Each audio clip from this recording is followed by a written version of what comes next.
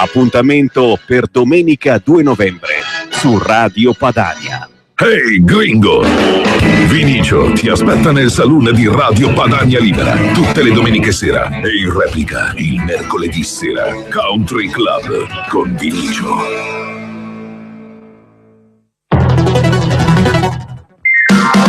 Ricambi originali al miglior prezzo e garanzia sugli interventi. Meglio portarla in un'officina Opel. Un esempio? Cambio spazzole Tergi Cristallo a €19,90 su tutta la gamma. Scopri tutte le altre offerte iscrivendoti sulla mia Opel.it. Per la tua pubblicità su Radio Padania Libera, chiama il numero 02 66 23 44 22.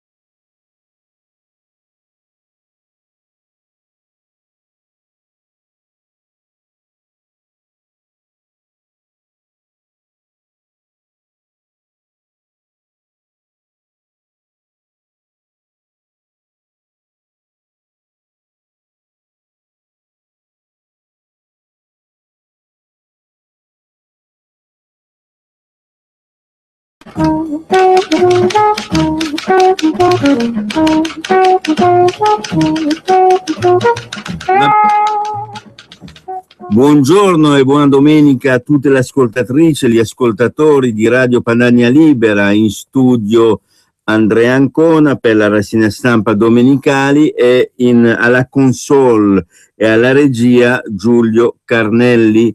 Oggi non sono solo, abbiamo una gentile ospite che è venuta a vedere, a curiosare nella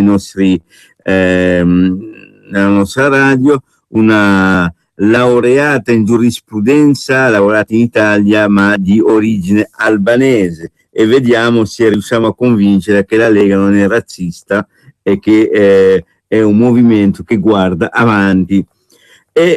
Cominciamo con la Padania. Regista, si sente bene? Perché benissimo, sono arrivato di corsa. E cominciamo con la Padania. La Padania, il quotidiano del Nord, il quotidiano che tutti i leghisti dovrebbero leggere e non attingere, e lo dico sempre lo dirò, informazioni dai giornali nostri avversari.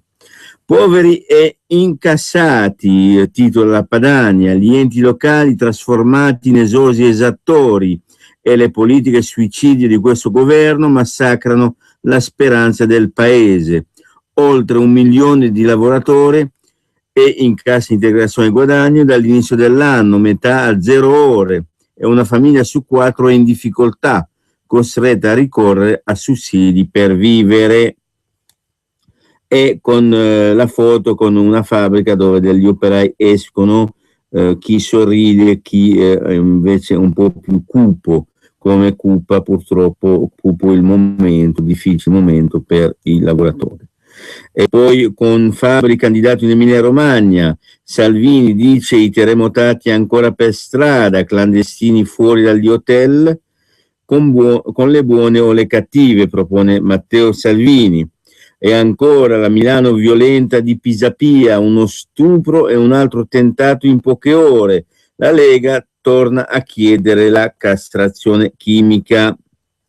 E poi c'è l'editto di Kinshasa, la vignetta di Krančić, c'è un signore che evidentemente non italiano, la Lega che dice la Lega deve essere messa fuori legge, e l'editto di Kinshasa evidentemente fa riferimento alle parole dell'ex ministro Kyenge. E boom, cassa integrazione nelle tasche dei lavoratori, ci sono 3,1 miliardi in meno. Studio CGIL sulla cassa integrazione guadagni.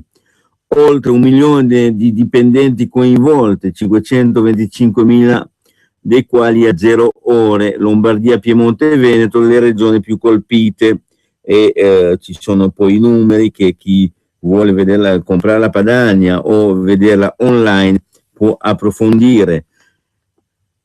E vediamo più fiducia nelle piccole e medie industrie che nei grandi. Questo è evidentemente il parere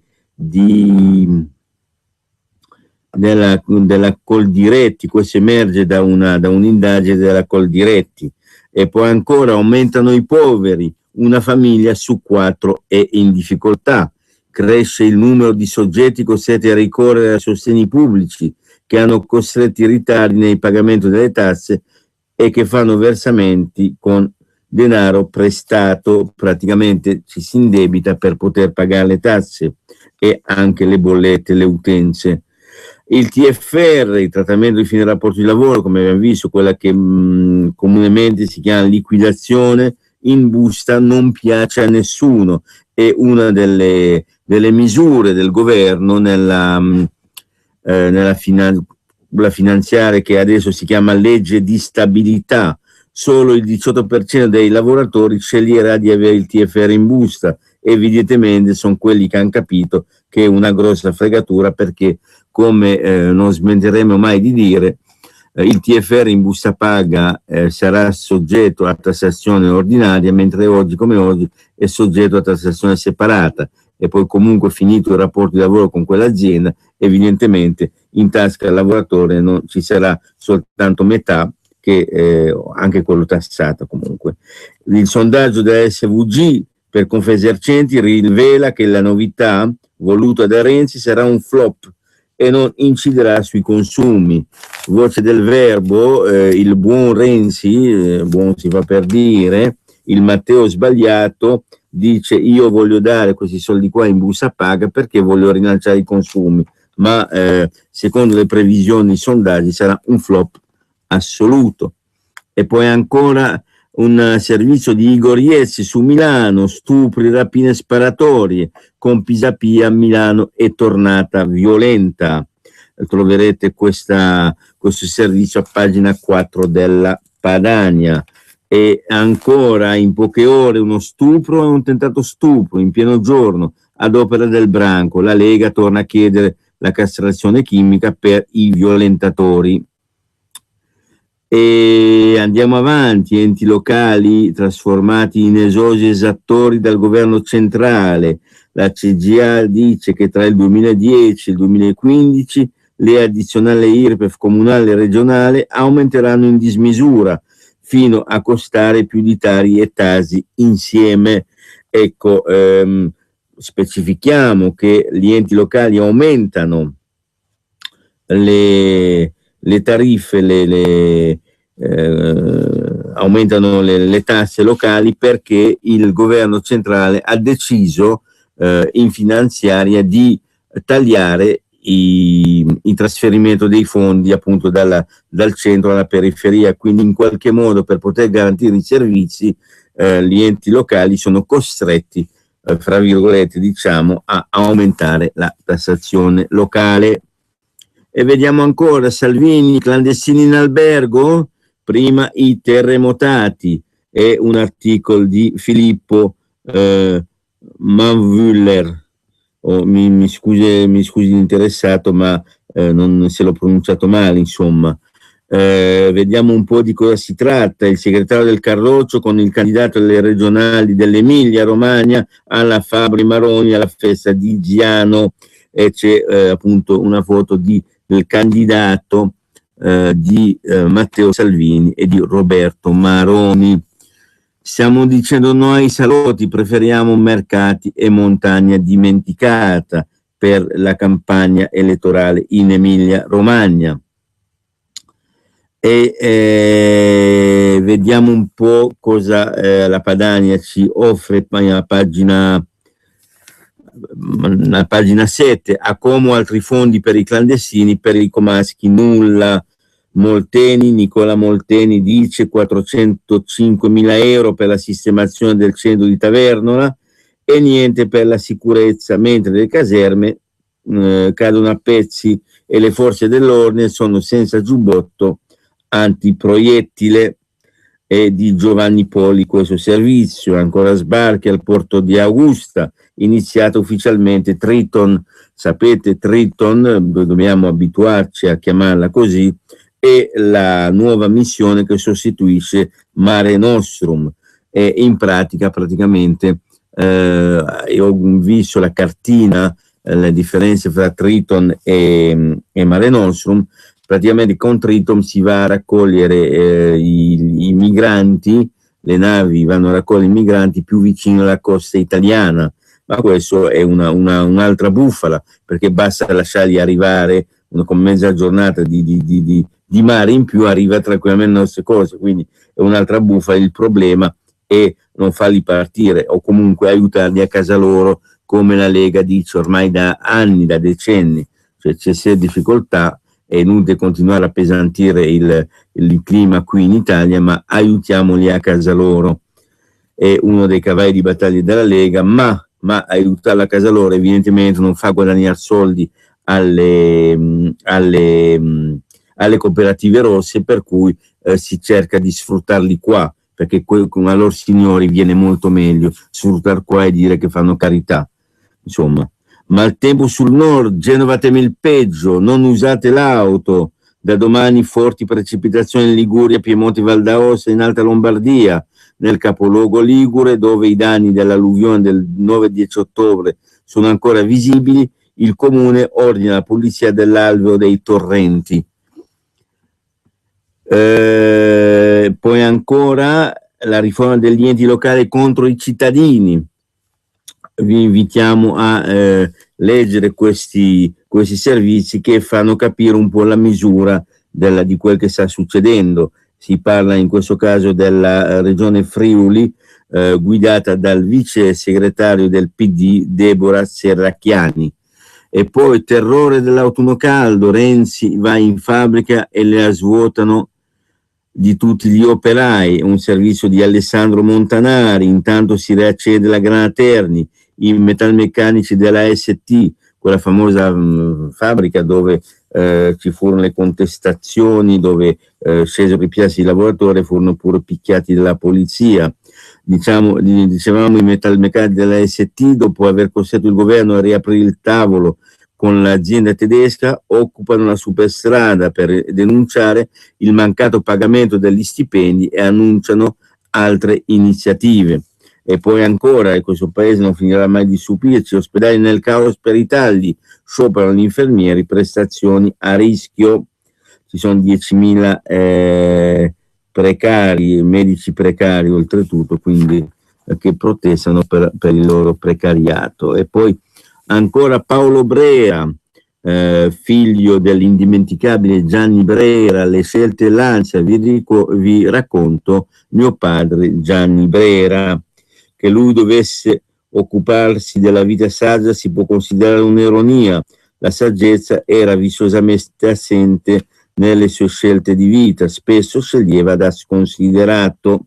E praticamente la presentazione di un libro di presentazione, da quel che vedo io, pubblichiamo la postfazione al volume del giornalista scrittore Introduzione alla vita saggia, che secondo il figlio, tanto saggia la vita del papà, secondo il figlio ovviamente non doveva essere.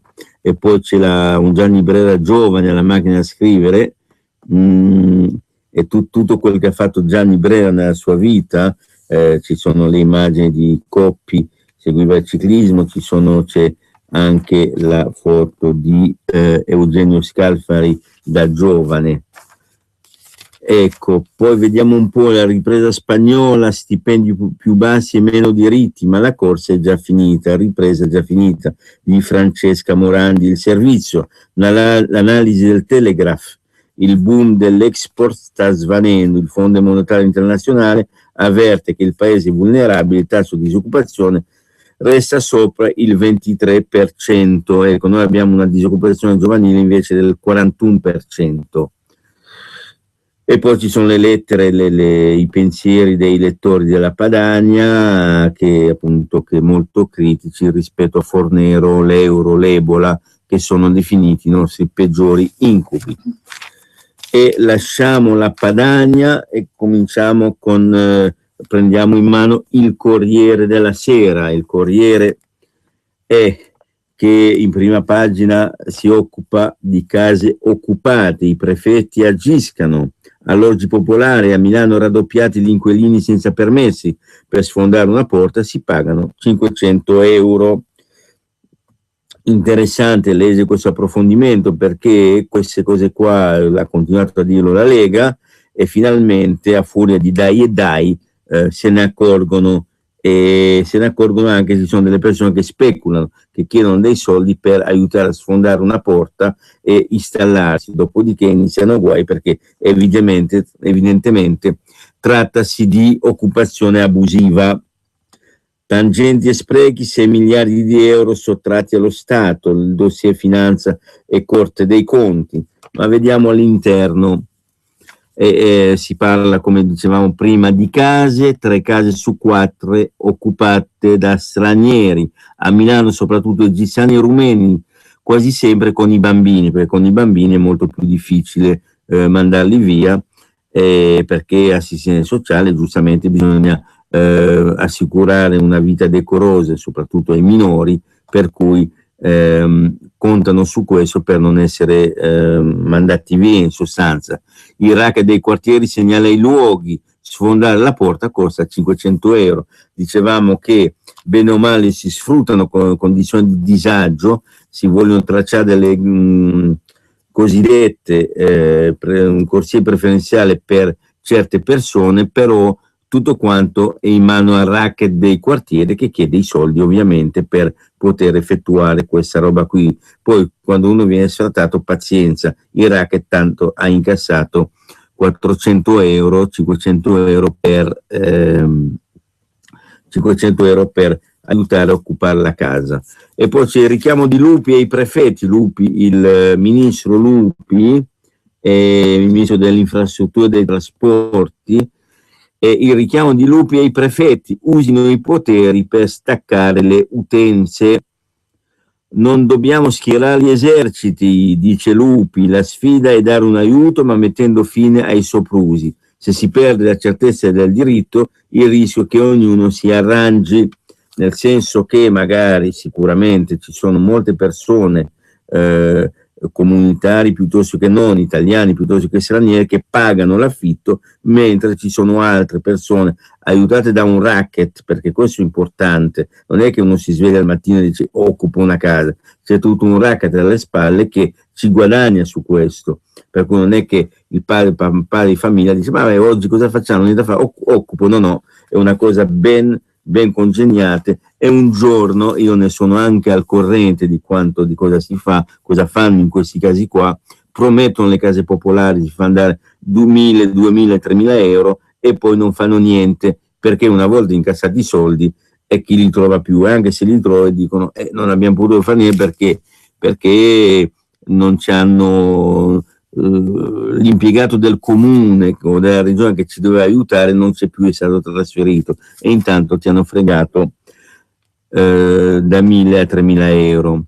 Ilaria Cucchi, faremo causa al ministero, la sorella di Stefano, dopo l'assoluzione in appello. Per 5 anni si è cercato di negare il pestaggio, il sindaco Marino vuole intitolargli una via, il presidente della corte basta gogna contro i magistrati. Io della faccenda di Ilaria Cucchi francamente non me ne sono occupato, perché queste cose qua sono veramente fonte di pettegolezze, a me non piace, no? Quando si è al bar o dietro seduti dietro una scrivania eccetera, parlare del disagio, delle tragedie familiari e non delle persone, questo in generale. Quindi io di queste cose qua francamente non mi occupo, però è mio dovere leggere comunque quanto dicono i giornali. Domiciliari mancati e divieti alla famiglia, tutti gli errori dall'arresto alla morte. E poi ancora condanne, poi assoluzioni, quei verdetti che spiazzano i casi di Metz, via Poma e Garlasco. L'avvocato Buongiorno dice esiti contraddittorio frutto di indagini sbrigative, e in effetti indagini sbrigative, però magari l'avvocato Buongiorno dovrebbe sapere che ci sono certe indagini che durano decenni, quindi tanto sbrigative a me non sembrano, e tante sentenze arrivano dopo decenni. Piazza Fontana dopo 40 anni hanno decretato che la strage non c'è stata praticamente, se non ci sono i colpevoli. E vediamo un po' di politica interna. Per Renzi fiducia in calo al 54%, il leghista Salvini secondo in graduatoria con il 28%, Berlusconi al 24% davanti ad Alfano, sia il premio da un elettore forzista su 2. E poi ancora la responsabile degli affari regionali Lanzetta, ministro invisibili, ma non credo vi siate persi un granché, e il servizio di Fabrizia Roncone. Andiamo avanti. Tasse, Berlusconi sfida il Premier, c'è una patrimoniale nascosta. Il leader di Forza Italia dice si potrà restare nell'euro solo a certe condizioni. Quindi vedete, le cose stanno cambiando. Prima assolutamente bisogna stare nell'euro, sciagura, se usciamo. Adesso anche Berlusconi, forte sostenitore dell'euro, dice si potrà restare nell'euro solo a certe condizioni. Piano piano loro signori vengono a Canossa, come ha fatto Del Resto Grillo su clandestini e su euro, e come faranno tutti, perché il destino dell'euro, secondo il mio modesto parere, è già segnato. Leggevo ieri un lancio d'agenzia che la Merkel sosteneva, sembra che la Merkel si stia attrezzando per l'uscita dall'euro della Germania, nel senso che mi metto vicino alla porta, vicino, così se le cose si mettono male, piglio la porta e me ne vado. Così sta facendo la Merkel, secondo un lancio di agenzia. E poi ancora l'articolo 18, il governo blinda la riforma, anche questo continuiamo a ripetere. L'articolo 18 è l'articolo della legge 300, perché se chiedete a loro signori molto ignoranti, ma l'articolo 18 de che? No? Non sa neanche dire di che legge, perché parlano di articolo 18, non sa se è la legge 44, 180 o 6000. Invece è l'articolo 18 della legge 300, cosiddetto Statuto dei lavoratori, fatto nel 1970. Questa legge è stata fatta per tutelare i lavoratori, però con un mondo del lavoro, dobbiamo dirlo, completamente diverso rispetto a quello di oggi, e l'articolo 18 è l'articolo che garantisce, dà delle garanzie ai lavoratori in uscita licenziati per giustificato motivo. Piccole modifiche solo d'intesa con NCD, dice il governo, la partita con la sinistra anche nelle correzioni alla legge di stabilità. Come sapete, sindacati e partiti di, chiamiamola sinistra non PD, non sono d'accordo sull'eliminazione dell'articolo 18, quindi grande caos sotto il cielo, i cieli del governo. Un ticket di donne verso la consulta, i nomi per l'accordo tra PD e 5 Stelle. Voi sapete, anche lì per nominare i rappresentanti del Parlamento alla consulta sono passati mesi con votazioni infruttuose. Ecco, Sciarra e Sandulli, le giuriste scelte da Dem e Forza Italia. Zaccaria andrebbe al Consiglio Supremo della Magistratura, in quota Movimento 5 Stelle, e voilà, la poltrona è pronta per loro signori che appoggeranno ancora di più il governo. Mancino le stragi, è vero, ci fu un ricatto. La deposizione di Napolitano, il presidente Napolitano, normale il coordinamento tra procure, nessuno interferì. E asili e mensa, andiamo avanti, il caos dell'ISEE, da gennaio i nuovi criteri, ma sul regolamento del welfare manca il parere del garante della privacy. Le associazioni dei disabili hanno presentato un ricorso al TAR del Lazio che potrebbe invalidare tutto. E poi c'è ancora l'altra trovata del governo, il nome sul libretto di circolazione per 7 righe, 65 pagine di spiegazione. è interessante questa cosa qua, se no la mia amica Etiola, no, che fa l'avvocato, non potrebbe mai guadagnare soldi, perché se non c'è tutto questo caos qua, che servono gli avvocati? Se è tutto chiaro non servono. Allora avvocati, giudici eccetera, è bene endorsare, come si dice, queste categorie, complicando le cose ai cittadini. E poi ancora sprechi, truffe e corruzioni, reati di 13.000 dipendenti pubblici, il rapporto di Guardia di Finanza e Corte dei Conti, danni di 5,7 miliardi per l'erario. Anche questo magari è interessante approfondire. E poi vabbè, in America basta donne pagate di meno, Obama, l'offensiva di Obama sulla parità, discorso per l'equità salariale in cerca del voto femminile nelle elezioni di martedì. E poi abbiamo praticamente, credo che non ci sia, c'è l'esordio del neoministro Gentiloni alla Farnesina con una telefonata a due Marò. Praticamente sapete, due Marò ormai da anni nelle mani in India eccetera eccetera, non riescono a farli liberare, comunque di avere un equo processo, e adesso fatto clamoroso questo signor Gentiloni, neo ministro, prima cosa telefona ai due Marò, scambio di consegne con Mogherini, l'ex ministro è andato a fare il commissario in Europa, e primo atto ufficiale, continuità dell'impegno, cioè in effetti vediamo, regista, che noi abbiamo, cioè che tutti i ministri che sono succeduti sono impegnati, ma i due Marò rimangono in galera in India, no? Voglio dire, in Sicilia si dice notata persa e figlia femmina, per dire nulla di fatto. E noi lasciamo così il Corriere, penso che non ci sia tanto di importante ancora sul Corriere, magari c'è qualcosa sul Corriere di Milano. Milano purtroppo ci regala sempre dei grossi dispiaceri alla cittadinanza, ovviamente, per cui vediamo se ci regala, c'è il rebus metro 4, il rebus di Pisapia, migliaia in coda per il compleanno della Rossa, la linea rossa, evidentemente. Violentata a 18 anni da un clandestino, sono cose che non vorremmo mai leggere, ma questo è successo in via Bocconi, trascinata in uno scantinato.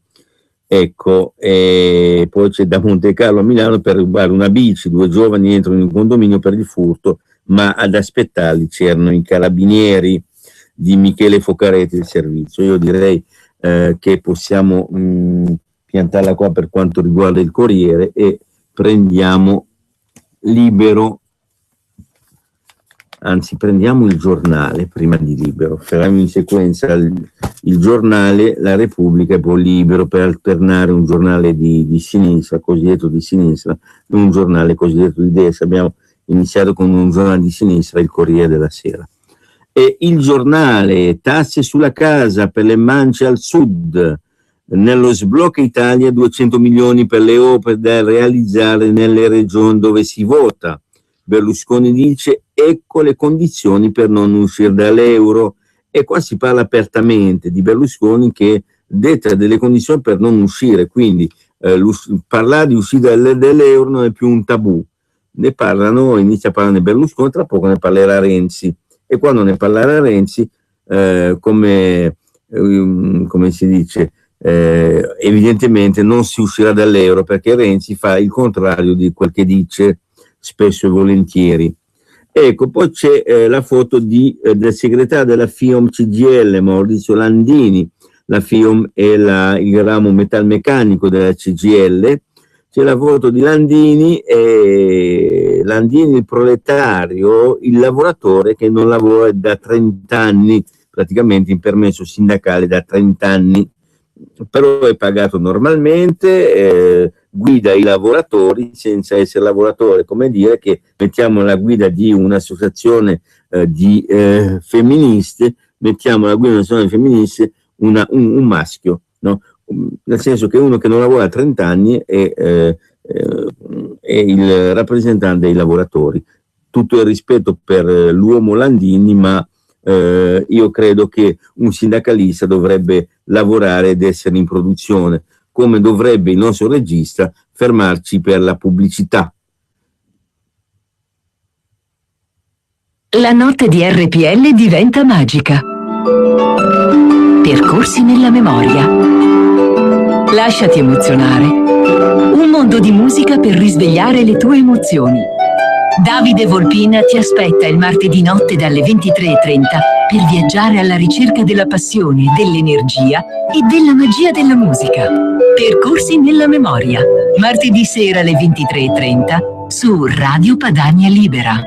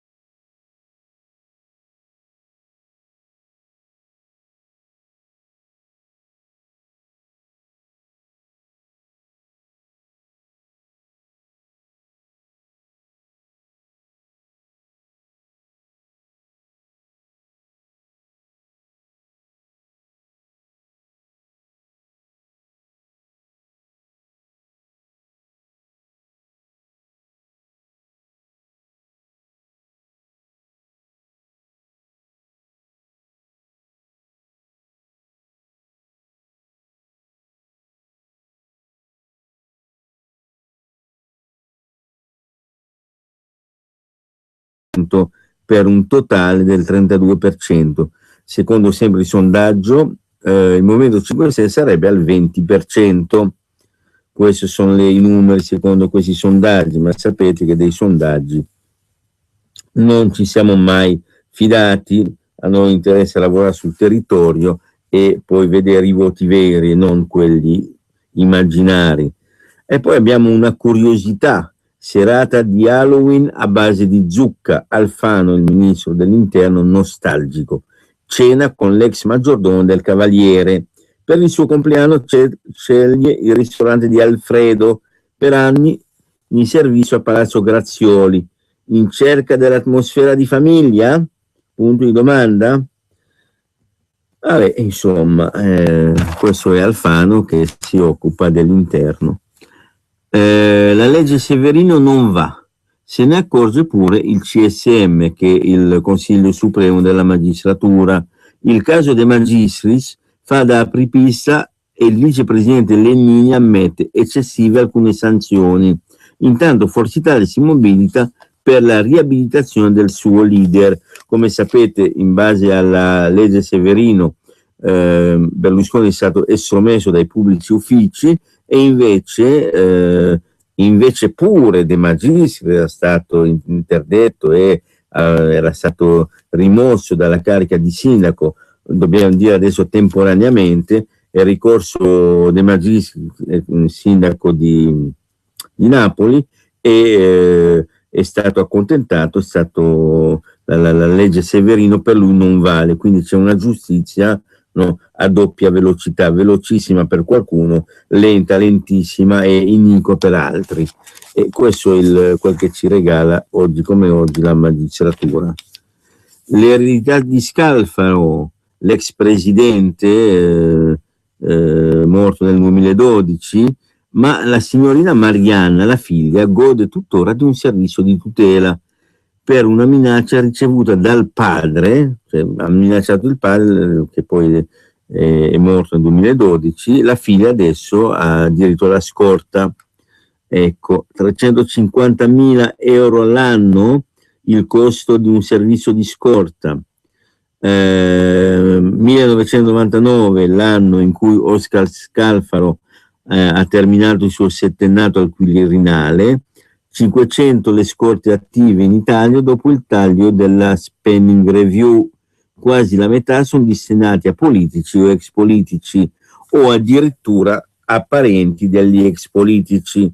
E poi uno dice spending review, ma non facciamo la finta, però aumentiamo le tasse ai cittadini e diminuiamo i servizi, così abbiamo risparmiato sulla pelle dei cittadini.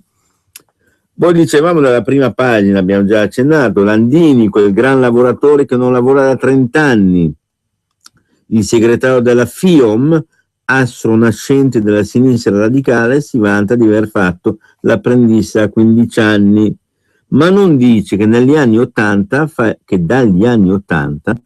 il sindacalista a tempo pieno.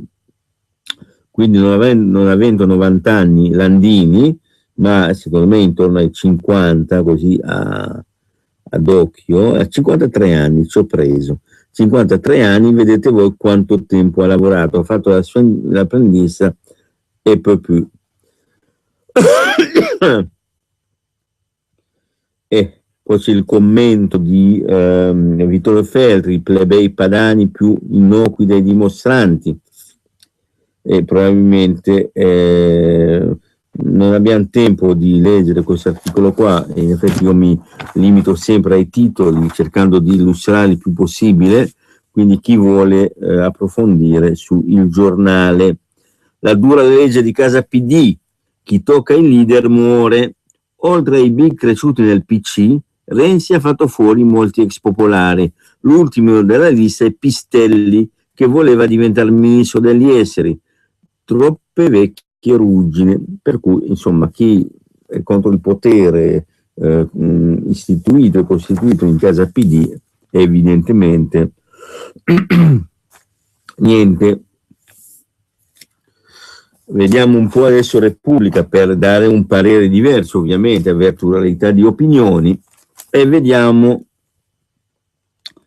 Repubblica e inizia con la legge Severino in prima pagina. La legge Severino cambia, ma il governo dice no a norme pro Berlusconi, modifiche della maggioranza dopo il caso De Magistris, consulta, spuntano i nomi di 2 donne, Sandulli e Sciarra.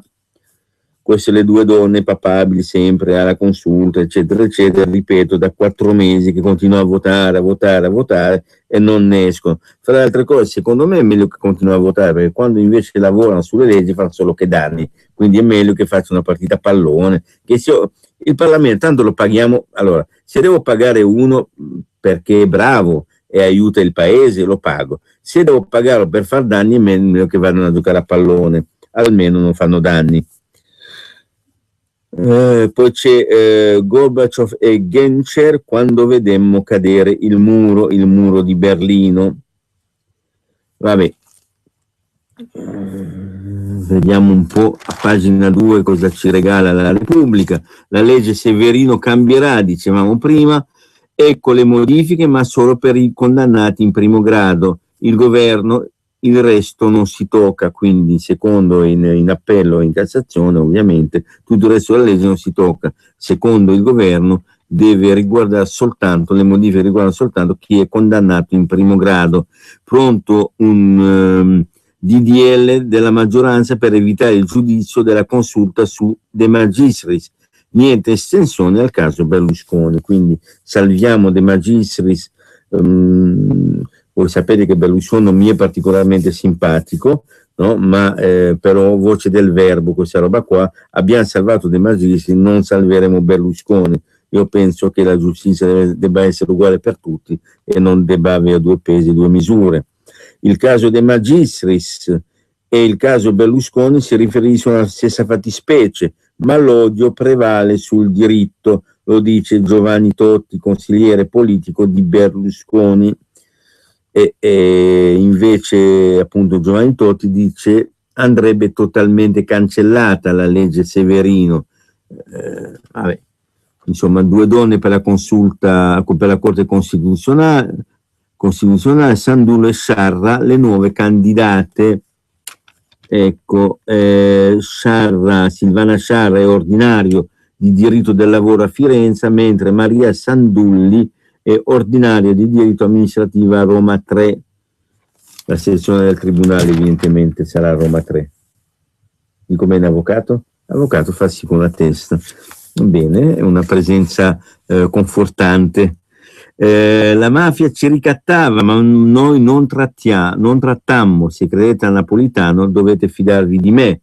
E queste sono le parole di Nicola Mancino, l'ex ministro dell'Interno, imputato al processo di Palermo. Sono vittima di una campagna di stampa. Telefonai ad Ambrosio perché ero esasperato. E ancora l'estate delle bombe, vi ricordate le bombe a Milano e altrove? La notte del blackout fu terribile, ma non sospettammo infedeltà nelle istituzioni, continua Mancini. E poi il consigliere del Colle si sentiva assillato, io non volevo la vocazione ma coordinamento fra le procure. E c'è il stralci del libro di Maria Falcone e il giallo degli indicibili accordi nel libro di Maria Falcone. D'Ambrosio disse di averne parlato la sorella del giudice, nel testo nessun riferimento. E poi c'è la vicenda Cucchi ancora, lo dico per dovere di cronaca, anche se personalmente non mi appassiona, ma veramente vai. Cucchi, la sorella fa causa al ministro della giustizia, mi uccidano per fermarmi, sfida la sorella di Cucchi. Dopo la soluzione degli imputati in appello, la famiglia non si arrende. Il sindaco Marino conferma, intitoleremo a Stefano una via di Roma. E poi però l'intervista alla Presidente della Corte d'Appello, perché c'è anche il contraltare, qualcuno accusa e gli accusati si difendono, si ribellano. Basta agonie mediatiche, non fu una morte naturale, ma ai giudici servono prove. E andiamo avanti. Brescia, Renzi in fabbrica e gli industriali mettono i lavoratori in ferie forzate. questo succede. Nuova occasione di scontro tra il premier e il sindacato, lettera al Presidente del Consiglio, perché viene proprio qui? Certo, c'è da chiedersi perché uno che sta distruggendo, contribuendo a distruggere il mondo del lavoro, va in mezzo ai lavoratori a cercare consensi. I lavoratori tanto fessi non sono, secondo me, anzi. Mito da sfatare, noi della FIOM non mito da sfatare, noi della FIOM firmiamo gli accordi. Bruno Papignani, segretario della FIOM dell'Emilia Romagna. Il leader dei metalmeccanici CGIL dell'Emilia, Papignani, dice: quando ci sono le condizioni noi non ci tiriamo indietro.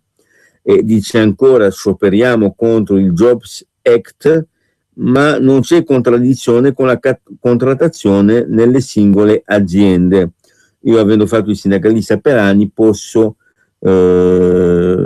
d'accordo con Bruno Papignani, insomma, da quello che io sto leggendo in questo momento. Un conto è mettere in discussione il Jobs Act, un conto è cercare di fare gli accordi aziendali per salvaguardare e fare dei contratti a misura di aziende e non soltanto contratti nazionali che sono per tutte le aziende del comparto in questione.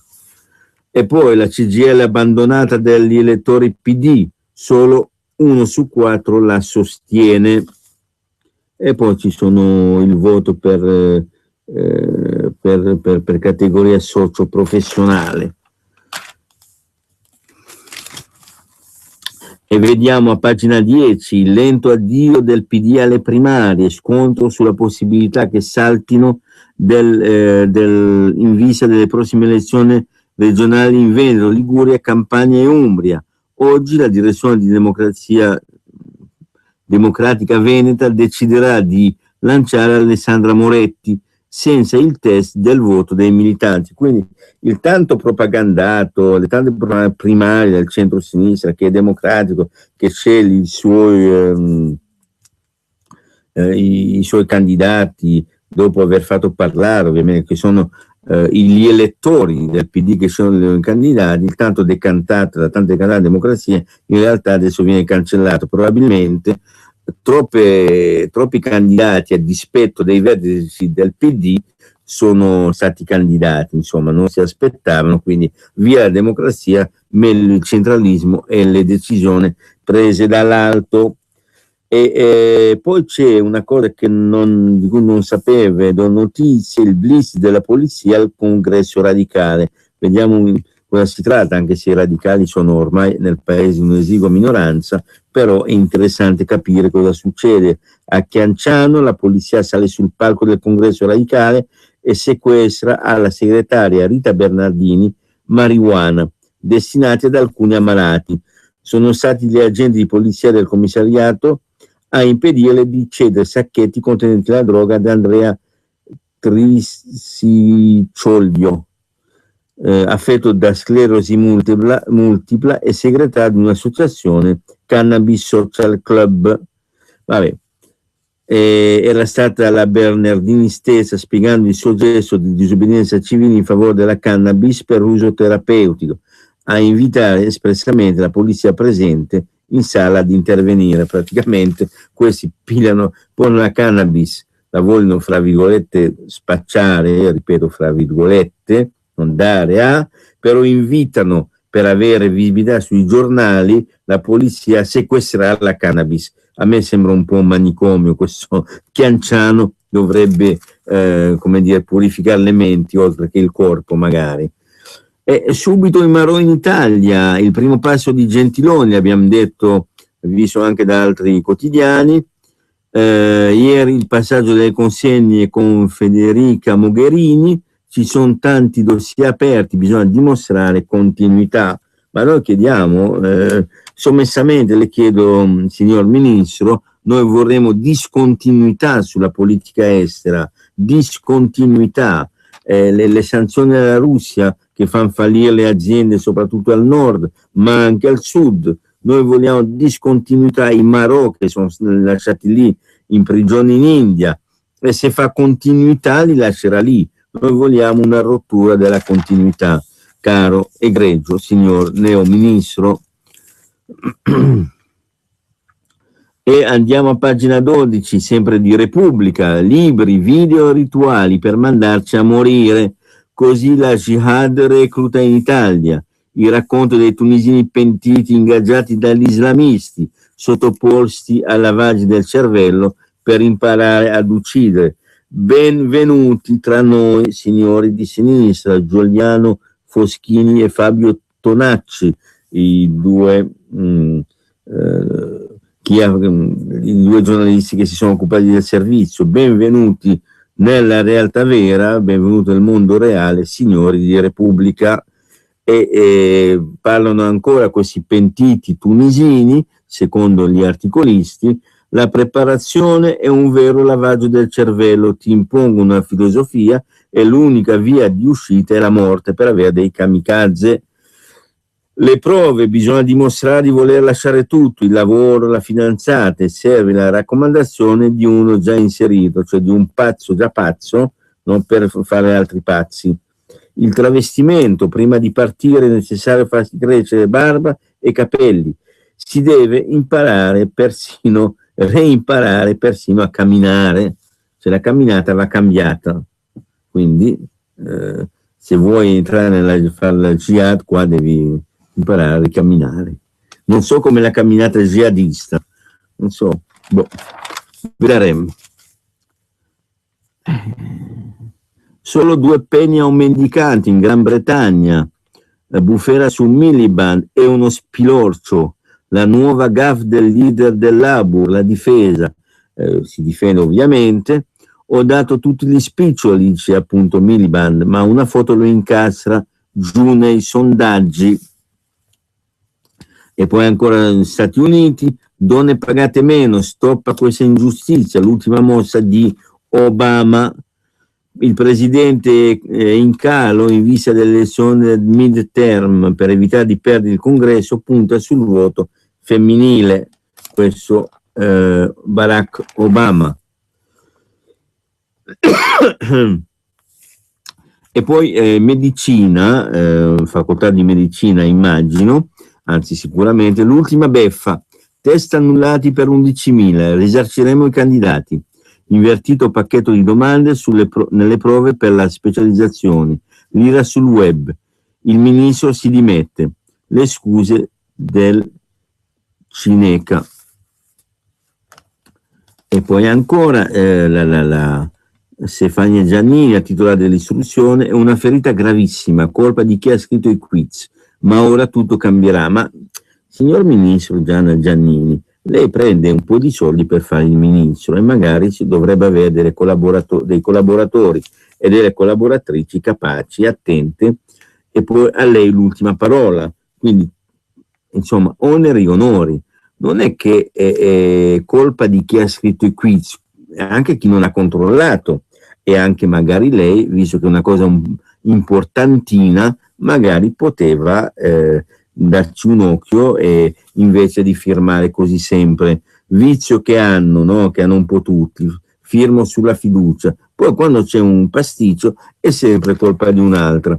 La colpa è una bella donna, ma nessuno la vuole, mi diceva un mio amico. Milano su Prada, 18 anni in pieno centro, la studentessa attirata con l'inganno in uno scantinato da un egiziano con precedenti per droga. E questo lo dice, ribadisco, stiamo leggendo la Repubblica e non la Padania, tanto perché poi sembrerebbe che leggiamo la Padania. No, è la Repubblica. La Lega va all'attacco e propone ancora Cassazione chimica. Il comune insomma va tutto bene, madama la marchesa, ci dice Pisapia. Il comune dice episodio tremendo, ma le violenze in città sono in calo. Per me una violenza è una violenza di troppo, un furto è un furto di troppo, uno stupro di troppo, eccetera, eccetera, eccetera. Non è che ci dobbiamo accontentare abbiamo la dose minima di stupri adesso, come la dose minima consentita di droga. E noi andiamo in pubblicità. Scegli di essere unico. Opel Mokka, di nuovo il SUV 4x4 dell'anno in Germania. E oggi Opel Mokka 2015. Completo di tutto, ancora a 16.900 euro. Scoprilo anche GPL Tech. Per la tua pubblicità su Radio Padania Libera, chiama il numero 02 66 23 44 22. Ehi, ascoltatore di Radio Padania! Il sondaggio telefonico Eurisco per conoscere quanti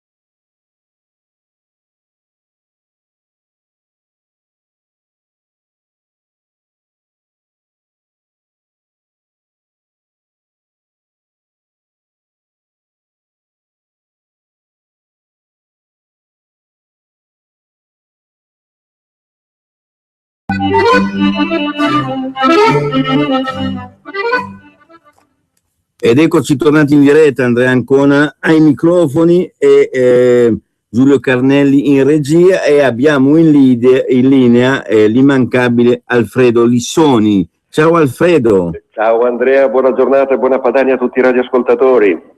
Allora, Alfredo Lissoni, come continua a dire, giornalista vero, non improvvisato come il sottoscritto, anzi opinionista, diciamo, Alfredo, ma ci dai un commentino dei fatti della settimana oppure di quello che più ti ha colpito? Ma guarda, in realtà innanzitutto ti ringrazio per i complimenti, non buttarti giù così.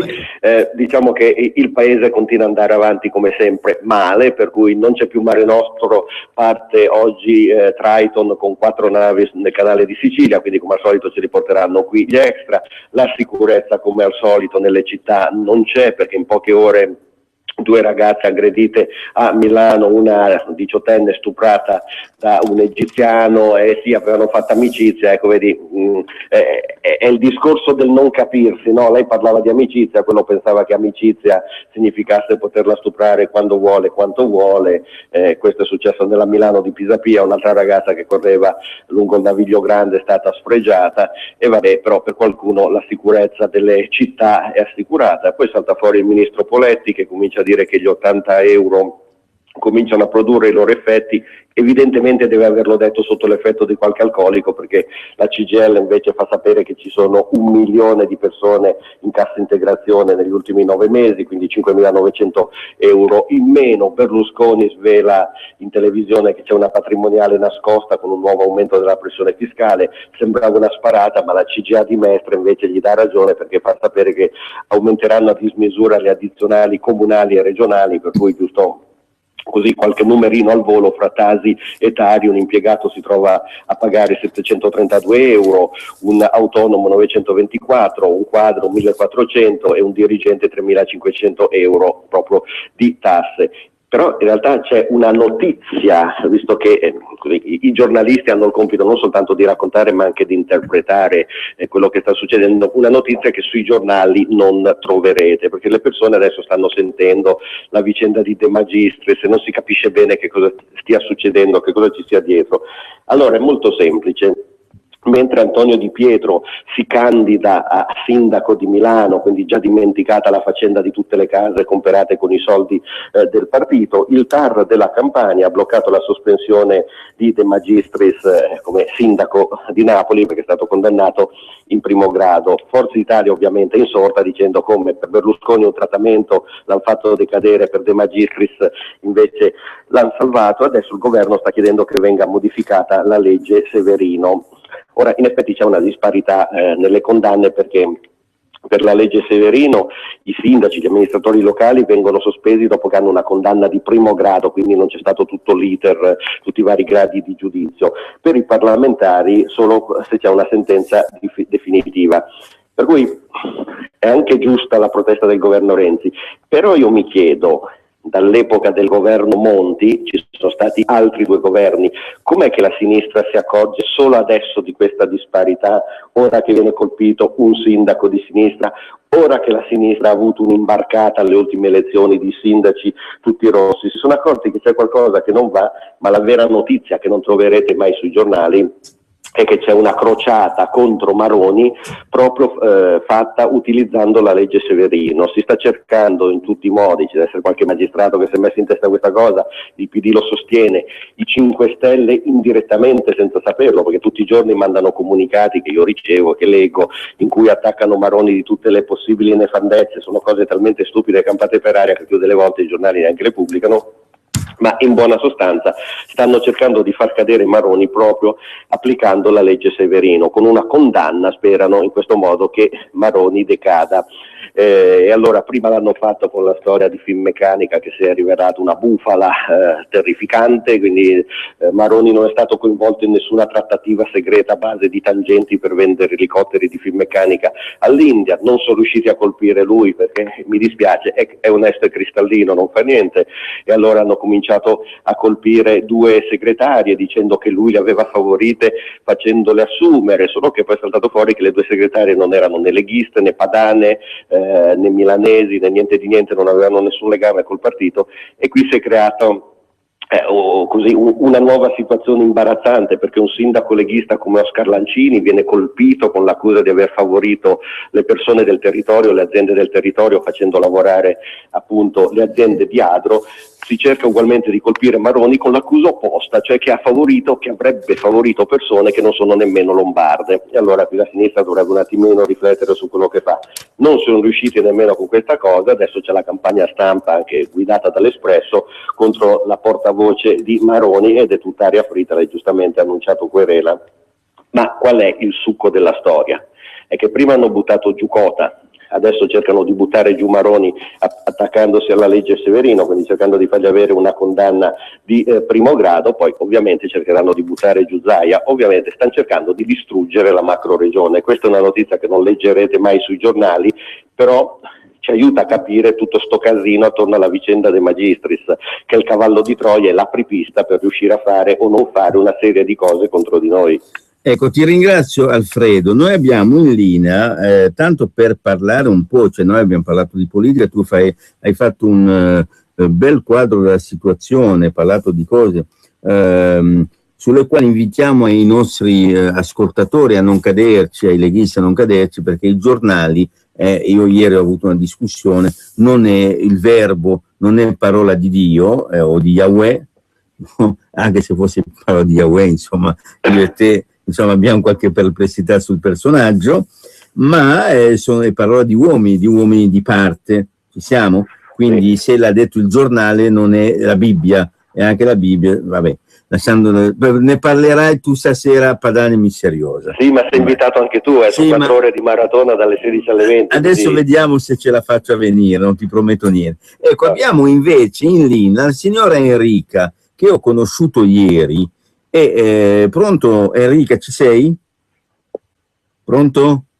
Pronto, sento sì. Poco perché vivo in un magazzino. No, appunto, quindi non, si sente poco. Enrica, abbiamo 10 minuti da stare insieme, 5-10, il tempo che vorrai, sì. E poi il tempo radiofonico, anche delle domande e risposte sono molto stretti. Allora, Enrica, dove vivi? Cioè, intanto, io vivo in un magazzino, in un Xbox. Un Xbox che io ho visto ieri e fotografato, pieno zeppo fra vestiti, letto e cose. E poi cosa c'è? E devo tenere i vestiti sul letto perché sennò si riempiono di muffa. Ecco, io ho visto anche casa tua, chiamiamola casa, che un Xbox, signori, tanto per essere chiari, voi non avete visto le foto, io ci sono stato fotografato, è stato coinvolto anche Matteo Salvini, abbiamo coinvolto Matteo Salvini, Goriezzi e i consiglieri comunali a Milano. Vivi in un Xbox con tanto di saracinesca, tanto per essere chiaro, quindi non è un Xbox che è stato messo su come una casa di lusso. Ecco, e tu fai anche la sarta? Sì, però da quando c'è Pisapia si lavora poco perché fanno venire tutta questa gente che beve, quindi c'è molto degrado da noi e la gente passa dall'altra parte. Ecco. Quindi scavalcano la mia vetrina e non lavoro più, sono finita nella miseria più nera. Ecco, stiamo parlando di una zona di Milano ben nota ai nostri ascoltatori e alle persone del quartiere, stiamo parlando di zona Venezia, stiamo parlando della cosiddetta Casba da Viale Tunisia in avanti fino a Vittorio Veneto, dove avevamo il problema, vi ricordate, dei rifugiati dell'Eritrea piuttosto che della Siria, cosiddetti rifugiati, insomma, ecco. E lì il degrado continua o è finito? No, non è finito. Ci sono tutti questi ubriaconi che vomitano, cagano, picciano, scatarrano, guarda, è uno schifo e stiamo vivendo l'inferno in questo momento noi. In via Panfilo Castaldi c'è l'inferno proprio. Ecco, ma la polizia gira lì, siete presidiati, com'è? Io faccio domande di cui so la risposta. La vedo ben poco. No, io vedo poco. Quando c'era la Moratti c'era la polizia, c'erano i militari, allora si stava già un po' meglio. La Moratti era una signora, quindi da Milano la trattava da signora. Questo qua l'ha fatta diventare una roba. Milano mi fa anche pena, poveretta. Povera Milano, in che mano è finita? Senti, so che sei anche un po' poetessa, hai scritto dei versi. Guarda, ho fatto giusto una poesia per Salvini, la posso leggere? Sì, sei un po' ruffiana, comunque leggila pure. Ok. Caro Matteo Salvini, ti prego, toglici da questi casini. Toglici di dosso quest'aria funesta, affinché anche noi possiamo far festa. Con la tua semplicità ti guardiamo con spontaneità, con un tuo ardore e la tua passione ti vogliamo vedere più spesso in Eurovisione. Tu che hai a cuore noi italiani e ci raccogli con le tue mani, facci sognare ancora un pochino, cambiaci questo duro destino. Noi ascoltiamo con silenzio e rispetto anche lo sfogo e gli stati d'animo degli ascoltatori, insomma. Io ho visto la casa e vi assicuro che è una cosa indicibile, mentre abbiamo i rom negli alberghi, nelle case, che hanno la precedenza su tutto, abbiamo i clandestini negli alberghi 3 stelle, mentre abbiamo invece delle persone che pagano degli affitti altissimi, stranieri o italiani che siano, non mi interessa. Abbiamo delle persone che neanche hanno la possibilità di pagare affitto perché vivono negli ex box. E emblematico la signora Enrica in realtà, ma non è l'unica evidentemente, però in questo caso Malcomune non è mai mezzo gaudio, è soltanto che Malcomune. Ecco Enrica, cosa chiederesti tu a Pisapia se lo incontrassi? Cosa diresti? Intanto di cambiare la faccia, perché sembra Fernandel, solo che Fernandel ci faceva ridere, questo ci fa piangere. Cosa vuol che le chiedo? Di amare di più gli italiani, perché mi sembra un po' razzista me sto sindaco, non lo so, ci stanno mettendo sotto da tutte le parti. Senti, Milano è piena di topi, di scarafaggi, di cimici, c'è di tutto, c'è da quando c'è lui, c'è uno schifo. Secondo te, quindi, da quando c'è Pisapia, Milano è peggiorata, in sostanza? Secondo te, Pisapia? Secondo te, da quando c'è... poco. Sì, regista, si può fare qualcosa, ma magari magari un problema suo, il volume è tutto è alzato al massimo. Stavo dicendo, quindi praticamente da quando c'è Pisapia, Milano è peggiorata, ci dici? È uno schifo, è diventata. Ecco, ma se fosse un domani... Prendo in giro la mia portinaia la mattina, le dico guarda il tuo sindaco che hai votato, quanto lavoro che ti dà, tutte le mattine devi raccogliere la spazzatura di questa gente che mangia per strada, gli butta lì di tutto, poi vomitano, poi fanno la cacca anche. Una volta ho fatto anche una fotografia con una cacca e gli ho scritto sul monumento una merda. Diciamo che riesci nella una tua condizione, avendoti conosciuto ieri, essere anche ironica e anche autoironica, fra altre cose. Ecco, mettiamo il caso che domani, fra un anno e mezzo, cosa che ci auguriamo, diventa sindaco di Milano Matteo Salvini. Cosa chiedi a Matteo Salvini? Cosa chiedi a Matteo Salvini? Cosa vuoi che chieda? Tanto lui ci ama noi italiani, quindi non c'è bisogno di chiedere. Quando uno fa le cose con amore, l'amore la gente non l'ha capito, ma è la bacchetta magica della vita. Se fai le cose con amore viene tutto bene, e lui vedo che ne ha di amore per noi italiani. Senti, tu sei una giovane signora di anni? Ne ho quasi 70, sono handicappata, mi devo pagare. Con 2 stampelle poco che guadagno, mi devo pagare qualcuno che mi deve vestire e lavare, perché io non sono in grado di vestirmi. Ho capito. Senti, guarda, fai un appello ai politici della città, ai politici di opposizione, di maggioranza. Cioè hai 1 minuto per fare un appello e poi ci salutiamo. E che cosa posso chiedere? È quello che vuoi. Siamo messi talmente male. Mettiamo il caso, allora cambiamo cosa. Tu trovi la lampada di Aladino, esce il genio, cosa gli chiedi? Non ho capito, sono un po'...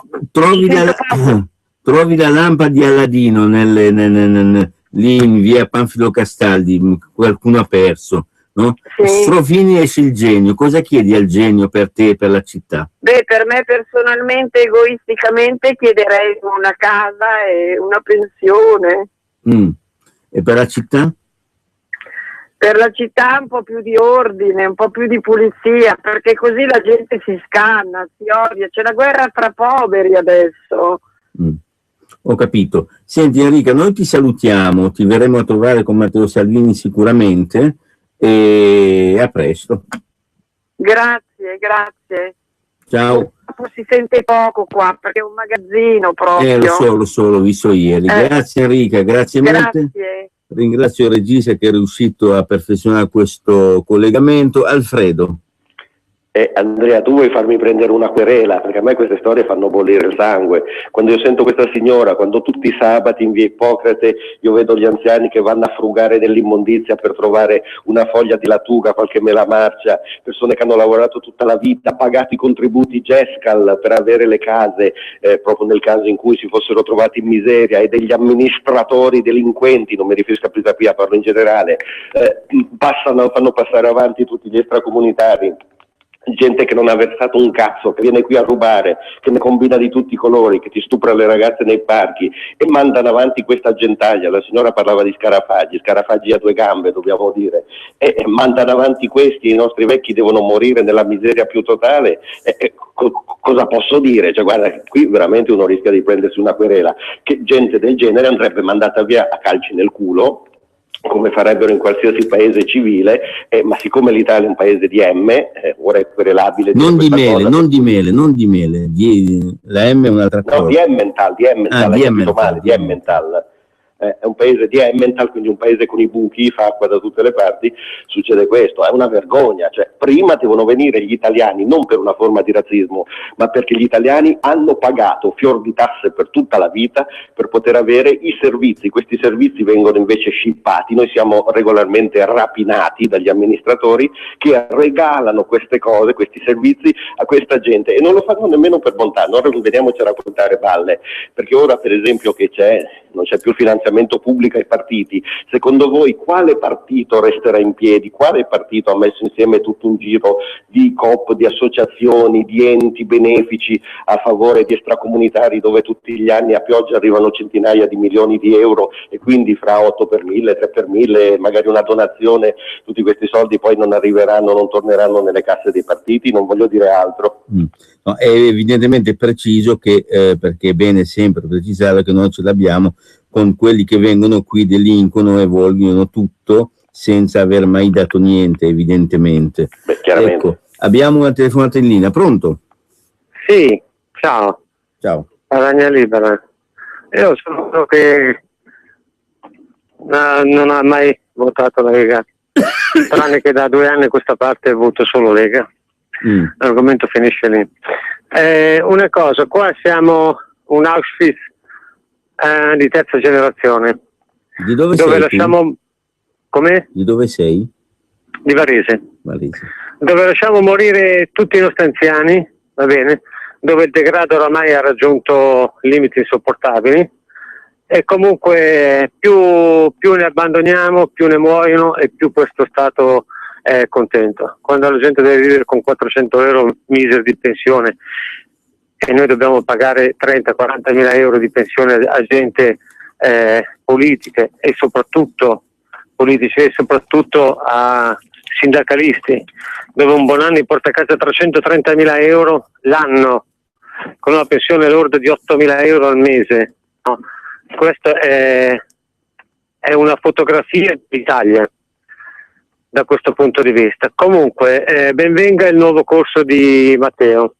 Ok, bene. Condivido tantissime cose sue, alcune ancora devo un po' digerirle, però parla uno che onestamente non ha mai votato Berlusconi, però posso garantirti che ho votato Maroni e ho votato Lega alle ultime elezioni e mi ritrovo pienamente, anche se oggi sto leggendo delle discussioni inutili tra Tosi e altri eccetera eccetera, dove anche sui giornali hanno riportato la Lega spaccata. Sì. Il nuovo corso di Matteo è l'unico valido e il resto, il vecchio, non si discute più, non si torna più indietro. Viva il nuovo corso. Grazie, okay? Grazie mille. Ma molte cose sono pompate dai giornali ovviamente per danneggiare la Lega, per cercare di dividerla. Pronto? Pronto, ciao, sono Donatella. Prego. Scusa, ma la signora non hai mai pensato di chiamare le Ieni oppure quelli di Striscia la Notizia? Perché non si può sentire delle cose del genere. Veramente, io sono veramente stufa di sentire che gli italiani, le persone anziane, le persone che hanno di bisogno si trovano in queste condizioni. Guarda, anche qui a Cremona, da quando stanno arrivando questi extracomunitari, alle persone che stavano aiutando, queste cose non le danno più niente. Veramente, io non lo so se tu la conosci la signora o no, ma da quello che ho capito sì. Ma l'unica cosa da fare è chiamare una televisione. Non si può sentire che una vive in un garage o sotto un ponte come ha detto Matteo, l'altro signore con 2 figli. Ma fateli vedere da qualche parte, che almeno la gente si sveglia, cazzo. Grazie. Pronto? Andrea? Sì. Buongiorno, sono Wanda e parlo da Mestre. Prego, Wanda. Allora, prima cosa, vai dal patriarca di Milano, ovvero dal vescovo di Milano, dal cardinale di Milano, dal papa di Milano, quel cazzone che vuole i musulmani davanti alla piazza del Duomo. Vai a mostrare come vive sta signora. Guarda Andrea, io ti dico una cosa, se la signora abitasse qua in provincia di Venezia, la prenderei in casa mia che è una cameretta finché gli danno una casa, perché è una disperazione, ste cose, guarda, mi straziano il cuore. Io non so come Milano non guardi ai suoi cittadini, ma guardi a tutta sta merda che vi ha invaso, perché la parte bella io l'ho vista in piazza quando sono venuta sabato di 2 settimane fa, ma quello che mi stai raccontando è una miseria indecente. Ciao, buona giornata. Grazie. Vabbè, a parte il cazzone del vescovo che non so, non conosco, approviamo tutto ovviamente, ci dobbiamo dissociare, ma è chiaro da parole così. Insomma. Pronto? Pronto, sono in linea? Prego. Sì, buongiorno. Senta, io chiamo da Bologna, quindi diciamo che tutto il mondo è paese. Qua quando si gira di notte mi hanno dato dei dati così, 128 rapine fatte da costoro in una notte fra portafogli, telefonini e quant'altro. Quindi dappertutto oramai c'è l'alto livello di criminalità sempre data dai soliti noti, perché o ci sono i drogati o ci sono questi personaggi che girano così ciabattando come dite voi.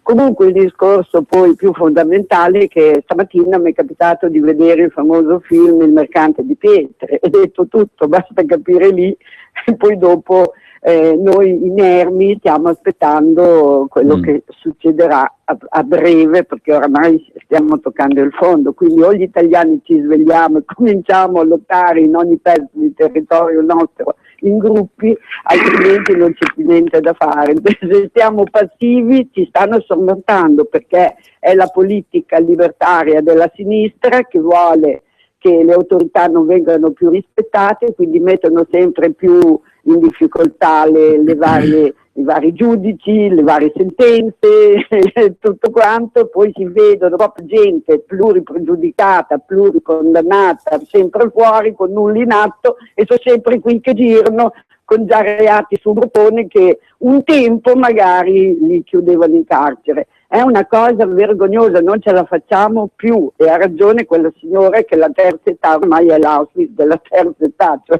momenti ci strozzano per la strada. Certo. Quindi voglio dire, bisogna che reagiamo, speriamo che ci sia già un tasso alto di sopportazione, che sia arrivato a livello di guardia, che cominciamo proprio ognuno nel proprio condominio, dovunque, a lottare per difenderci, altrimenti finiamo proprio male. Buongiorno. Grazie. Alfredo.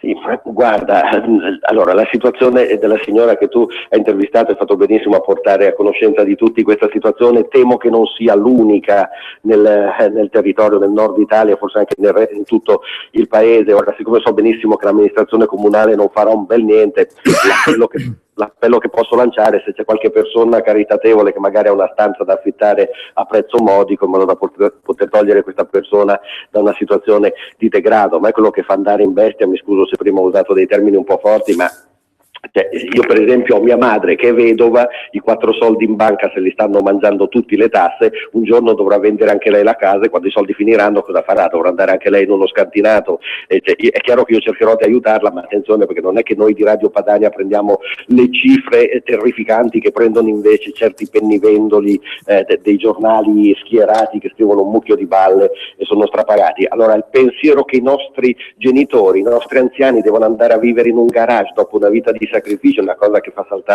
veramente venire il sangue agli occhi, e la cosa vergognosa è che le amministrazioni di sinistra non fanno un bel niente. E guarda, ti dirò di più, quando io ancora militavo nella sinistra e lavoravo, ero dipendente comunale per un anno con regolare concorso, quindi l'avevo vinto, nessuno mi aveva paraculato. Avevo vicino l'ufficio casa che ero fuori Milano, che doveva dare le case ai più bisognosi, e vedevo gli italiani che già allora, era il 99, piangevano disperati perché non riuscivano mai a avere una casa, perché passavano sempre avanti i musulmani già allora. Questa è una situazione veramente vergognosa. Al volo, il discorso Tosi Lega spaccata sono tutte balle, sono balle che si è inventato Paolo Bracalini del Giornale, che non è mai stato un nostro amico, e che evidentemente ha male interpretato una visita del sindaco Tosi al gruppo Maroni Presidenti in Regione Lombardia. Il gruppo, volendo avere un po' di visibilità, hanno invitato un personaggio molto noto, tutto lì, punto e basta, non c'è nessuna spaccatura nella Lega. Bene, però tu hai fatto un errore, no? Quando hai detto poi abbiamo in linea 2 ascoltatori. Pisapia sul Libero Milano, Pisapia in guerra con le auto, cancellati 1000 posti l'anno, cioè invece di occuparsi della povera gente si occupa di togliere le auto dalle strade, insomma. Pronto, buongiorno.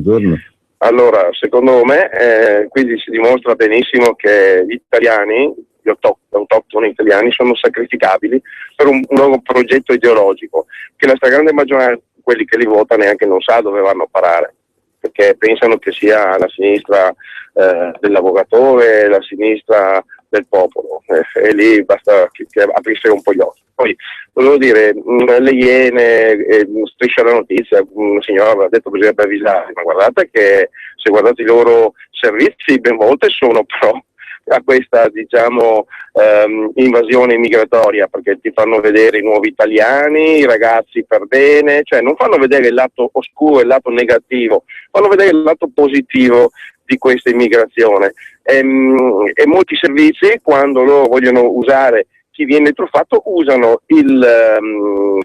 l'immigrato, no? Perché sembra che si presenta l'immigrato e sia quello più facile da truffare, anche da parte di qualche italiano che purtroppo comunque a volte è vero, perché ognuno dopo cerca di raccogliere quello che può, e quello che si ha davanti si raccoglie. E questo è tutto perché la gente non ha ancora aperto gli occhi e secondo me non li vuole ancora aprire. Non riesco a capire il motivo, ma non li vuole ancora aprire. Vi sento per radio, ciao. Grazie. Pronto? Pronto? Buongiorno. Buongiorno, sono da Torino.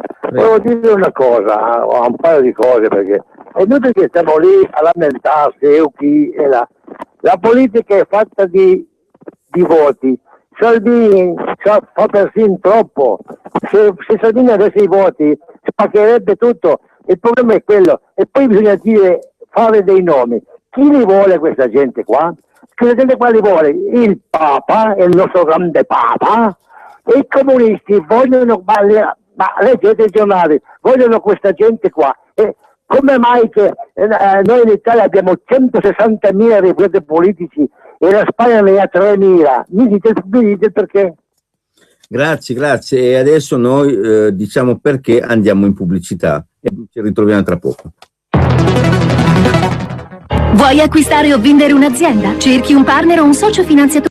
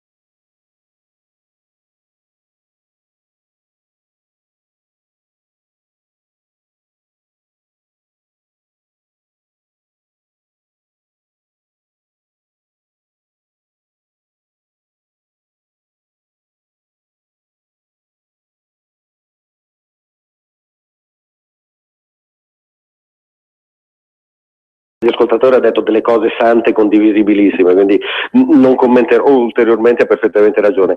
Allora, qualche risposta al volo. Berlusconi-Lega, allora Berlusconi è un alleato, non è un amico, quindi ha tutto l'interesse che la Lega perda voti e che la gente voti lui. Ovviamente la cosa è reciproca, noi abbiamo l'altro interesse, che i forzisti magari votino noi rendendosi conto e ricordandosi che Berlusconi adesso sta appoggiando Renzi e tutte le cose che sta combinando Renzi. L'ascoltatore che diceva gli extracomunitari, allora chiediamo una cosa, gli italiani non li vogliono gli extracomunitari, che siano clandestini o che siano regolari, che arrivano adesso, per un motivo molto semplice, perché in un paese con 9 milioni di disoccupati, il 50% dei giovani senza lavoro, non è razzismo, ma non possiamo più accogliere nessuno. Chi ci guadagna in questo mare magnum? Le associazioni cattoliche e comuniste, perché ricevono milioni e milioni di euro a pioggia.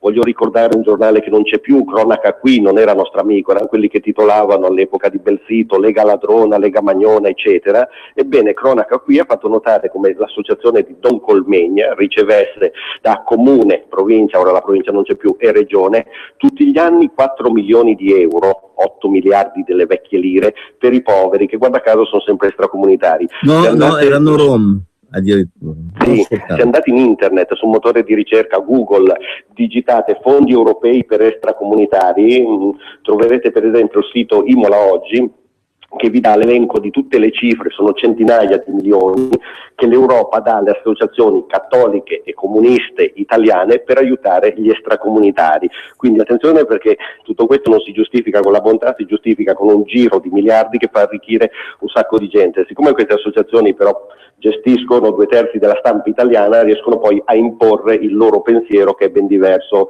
dalla realtà dei fatti.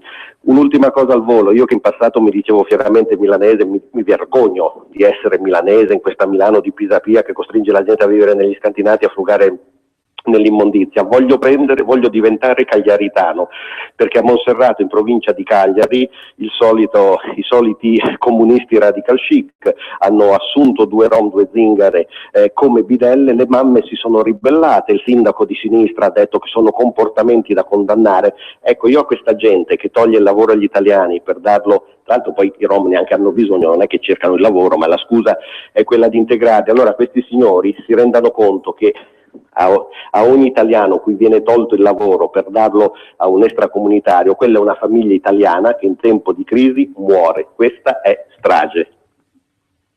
Bene, prendiamo 2 telefonate. Pronto? Pronto, ciao Marisa. Ciao Marisa. Ma hai fatto così arrabbiare Lissone. Voi siete 2 bravi ragazzi. Chiamiamoli ragazzi. Però quando chiama un certo mercato deve metterlo giù, Andrea, perché mi hanno chiamato oggi. No, perché noi la radio, io ho fatto 3 tessere e non mi vergogno di dirlo, anzi sono orgogliosa. Io compro 3 padagne e le regalo, però sentirmi offeso, ha offeso anche Cainarca, che quello lì bisognerebbe clonarlo, è il massimo. Voi quando ci sono quelle persone lì che non danno un euro alla radio, dovete sbatterci giù la cornetta. E poi Lissone ha detto: io non mi sento milanese. No, Lissone, io non mi sento italiana. Ciao ragazzi. Ciao, grazie Marisa. Pronto? Pronto, sono Antonella da Venegono, buona Padania. Volevo dire, la prima cosa, quando si parla del Papa, guardate su YouTube, Papa Francesco è dell'ordine dei Gesuiti, i peggiori. C'è un filmato molto importante, storico, che spiega chi sono i Gesuiti, cosa hanno in testa. Fatto sta che quando è stato eletto questo Papa, l'Anti-Defamation League, che è quell'organizzazione che ci sta sempre addosso per ogni cosa che facciamo noi, magari diciamo una virgola e ci siamo stati denunciati per razzismo, quell'associazione ha fatto festa quando è stato eletto lui. Perciò c'è tutto un marasma lì sotto che è da valutare. Io però dico una cosa alla Lega, l'ho già detta altre volte, ma è mai possibile che con tutti gli avvocati che abbiamo non si possa denunciare? Partiamo solo dal Comune di Milano, lasciamo perdere a livello generale, Non si può denunciare il comune di Milano per razzismo verso gli italiani. Ma possibile che se succede che un rom non gli allacciano la corrente o fanno i servizi, fanno vedere quei poveri rom in questi campi come sono conciati, che però poi hanno tutto pagato, tutto gratis, e quella signora che vuole andare nella roulotte nel campo non possa fare niente, questa signora è lì conciata in quella maniera nello scantinato, in una situazione degradante, e poi non è l'unica. Tutti questi nostri poveri anziani che hanno fatto l'Italia, che sono costretti a elemosinare, non lo fanno neanche per dignità, lasciati morire, davvero è l'Auschwitz degli anziani, una cosa vergognosa che ribalta lo stomaco. Possibile che non possiamo denunciare per razzismo? Possiamo fare delle foto, portare in Europa davanti a una corte? Perché non ci muoviamo mai? Gli altri l'avrebbero già fatto contro di noi se avessimo lasciato in quella situazione o dei rom o un albanese oppure un africano. Ne basta uno che viene fuori un casino contro la Lega, perché noi non possiamo mai fare niente? Io questa è la domanda che mi chiedo, ma possibile che non possiamo fare niente? È quella cosa lì che mi fa diventare matta. Dai, buona domenica, vi saluto. Grazie altrettanto. Pronto? Pronto? Buongiorno. Sì, ciao Ancona e Lissoni, ciao, sono Fabio, ciao a tutte e due, buona giornata. Ciao. Ma io sentendo l'ultima telefonata non possiamo fare niente, si fa. E io me ne frego di tutti quei coglioni lì che difendono per me sono dei coglioni, manco la galera mi fa paura, lo sappiano, e mi assumo la responsabilità. Il futuro loro adesso ridacchiano perché ci hanno incanalato lì e pensano di aver vinto, ma altro che sorci neri e verdi vedrete voi in futuro, perché sarà inevitabile lo scontro, non c'è niente da fare. Io fortunatamente vivo in una casa da sola in un prato e non ho particolari problemi, ma capisco tutte queste, soprattutto nelle grandi città, o con i rom, o loro o noi, e non c'è niente da fare, non si può convivere con i rom, non esiste, per cui vedrete che ci faremo delle belle risate anche noi, tanta gente la smetterà di ridere una volta per tutte. Grazie. Grazie. Pronto? Buongiorno.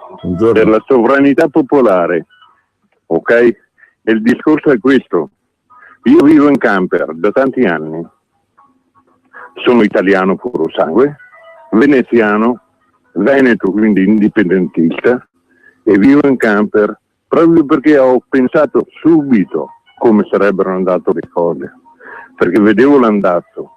Allora l'invito è: volete cambiare le cose?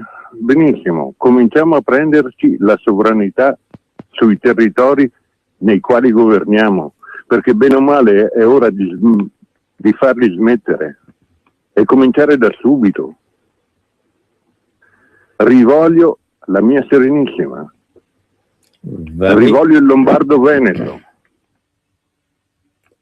Va bene, grazie. Pronto? Un momento, volevo sapere, io posso prenotarmi per oggi alle 16 quando fanno Padana Misteriosa, oppure si può telefonare subito? Devi telefonare. Può telefonare tranquillamente. Mentre c'è la trasmissione? Sì, magari lo faccia dopo le 17, che è meglio, perché all'inizio avremo una serie di interviste un po' serrate, però sì. Ho capito, ecco. Se no lasci il numero, poi la richiamiamo noi, non c'è problema. Va bene, allora. Lascia il regista adesso, ecco. Pronto Alfredo? Sì. Qualcuno in linea, oltre che te? Pronto?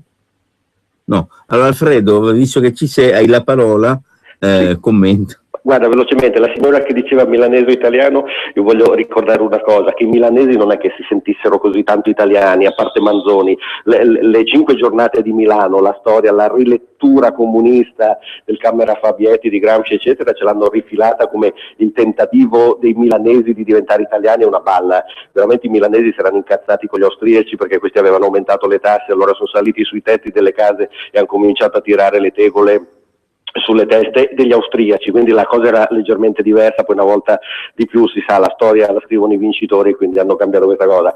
Il Papa, che devo dire di un Papa che l'altro giorno mi dice che Giuda non era così cattivo, francamente non lo so, mi lascia leggerissimamente perplesso. Però al di là di questo, i veri problemi sui quali noi possiamo e dobbiamo assolutamente insistere è la miseria in cui amministratori locali o nazionali ci stanno gettando. Io citerò un esempio soltanto, non farò il nome, è una persona che è venuta più volte a Radio Padania, per rispetto non dirò chi è perché è un carissimo amico che conosco da tanti anni, una persona del Centro America che è venuto qui con la prima ondata di arrivi, persona onesta, di una famiglia molto buona, sua sorella è un magistrato eccetera. Anche lui adesso vive in uno scantinato perché gli hanno portato via tutto.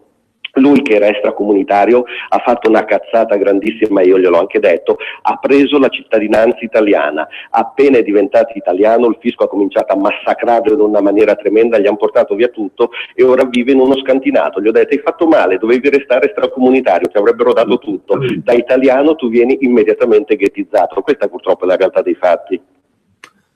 Grazie. Pronto? Pronto? Pronto? Pronto, buongiorno. Pronto, buongiorno. Io ho sentito queste dichiarazioni di queste povere donne che hanno lavorato, hanno fatto sacrifici, adesso abitano nelle cantine, ma cose vergognose. Non è possibile che questi italiani, no, dove i nostri avi hanno combattuto per difendere il suolo italiano, per la libertà, no? Quindi noi siamo schiavi da un regime romano che è vergognoso. L'entrata di tutti questi extracomunitari è il futuro loro. Noi faremo la fine degli indiani. Se noi non ci muoviamo è la fine, siamo vicini alla fine. Io invito tutti gli italiani, padani, avvocati, che ci portano avanti. Non è più possibile vivere in queste condizioni. Noi non contiamo più niente. Loro fanno entrare questa gente qua perché avranno tutti i voti, voteranno loro. Abbiamo capito che noi non siamo cretini. I cretini arrivano da altre parti, noi siamo lontani, anni luce da Roma. Ci dobbiamo sganciare una volta per tutte, cari padani, anche i nostri politici. Diamoci da fare. È ora di finirla. Che i nostri anziani devono morire. Io ho la moglie ricoverata. Vergogna, mi fate schifo. Grazie. Di fronte a queste cose qui non ci sono parole, caro Alfredo. No, ma infatti quando poi vedo questi che dovrebbero salvare l'Italia che girano con l'auto blu e sono nei palazzi di marmo, guarda, non mi fare parlare oggi, Andrea. Sì, guarda, ma vedi, Alfredo, bisogna anche, voglio dire, piano piano anche far capire un po', no? Perché poi insomma gli extracomunitari che vengono qua, oltretutto vengono qua illusi, fra le altre cose, di trovare qua il paese del Bengodi. No, allora il primo, come si chiama, il primo responsabile sono i politici che attuano questa politica di egoismo e di carità pelosa, no? Mentre in realtà, come diciamo noi, insomma, vanno aiutati ovviamente a casa loro. Noi abbiamo adesso 2 telefonate, poi le tue conclusioni e il nostro tempo esaurito. Pronto? Pronto, è Diego da Trevignano. Prego. Sì, quella signora che viveva su un box che vive chiamava ancora, prima. Vive ancora. Sì, vive ancora. È una roba che non puoi concepire, ti stringe, mi veniva da piangere quasi. E allora un abbraccio a questa signora, non so cosa dire.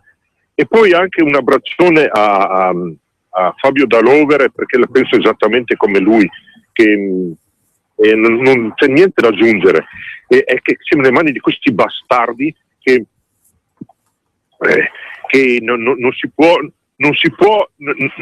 può ragionare oltre. Finché gli schieramenti sono confusi nel mondo, nella società, non si può intraprendere non è possibile scatenare una guerra, ma la guerra potrebbe venire se gli schieramenti si delineano bene, ma siamo in una situazione che è tutto misto, tradimenti anche tra la gente, è tutto falso.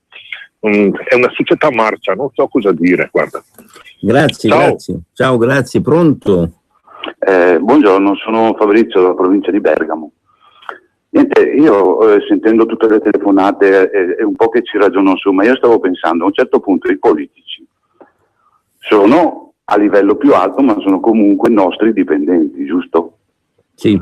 Ecco, teoria. Quindi è in teoria, però in pratica sarebbero da licenziare, nel senso, capisco che, però voglio dire, tu sei mio dipendente o fai il bene nostro, tu te ne vai a casa anche con la forza.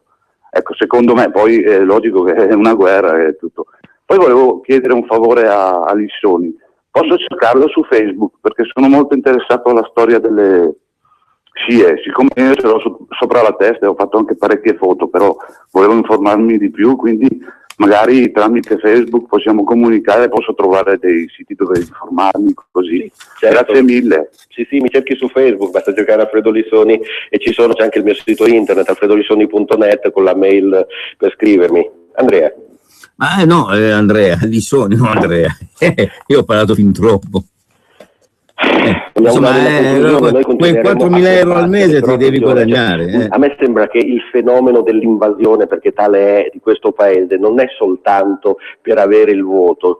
Oggi che i partiti non hanno più finanziamenti, e quindi posso immaginare che non riguarderà noi ovviamente, ma altri subiranno pressioni e generose donazioni, come succede in America dalla mafia, volevo dire dai poteri forti, no, niente mafia non esiste, da poteri forti, da gruppi eccetera, e qualcun altro invece che è stato molto abile negli anni a creare una rete di gruppi, associazioni e quant'altro con la scusa della carità, avrà comunque un riconoscimento in questo senso, quindi questi resteranno sempre in piedi, quindi non è soltanto il discorso del voto, ma è il discorso di far girare un sacco di soldi che sono lì nell'aria, che vengono stanziati, e in realtà è un'ennesima forma di sfruttamento, quindi gli extracomunitari che vengono qui sono sfruttati al loro paese, poi vengono sfruttati di fatto anche qui, quindi temo che il disegno sia ben più complesso, ma voi lo sapete, sono paranoico e cospirazionista, quindi queste cose le prendiamo in stile Padania misteriosa, dai. Ecco, ricordiamo appunto che dalle 16 alle 20 ci sarà Padania misteriosa, quindi con degli ospiti. Chi avrai di ospiti oggi? Ovviamente Mauro Biglino, Paola Giovetti, la giornalista torinese. Paola Giovetti. Sì. Mi stai incentivando a esserci, non dovevi dirlo. Devi esserci, c'è Giuditta Dembeck, fisico Massimo Teodorani, poi avremo il papà del fumetto Martin Mister, Alfredo Castelli, insomma così, un menù molto ghiotto questo pomeriggio. Ecco, Giulio Carnelli ci dice che le porte della radio saranno aperte. Se qualcuno vuol venire in studio oggi, non so, come dire, ad assistere Bene, caro Alfredo, io penso che il nostro tempo sia finito. Salutiamo tutti e diamo appuntamento a tutti. Tu sicuramente. Quindi l'appuntamento oggi pomeriggio alle 16 con la maratona di 4 ore Padania misteriosa, e mi raccomando a tutte le persone che ci seguono, mai mollare, noi continueremo a combattere fino alla fine, fino all'ultimo uomo. Grazie e buona Padania. Grazie a te Alfredo, e anche io do appuntamento agli ascoltatori a domenica prossima. Buona domenica a tutti. Per cambio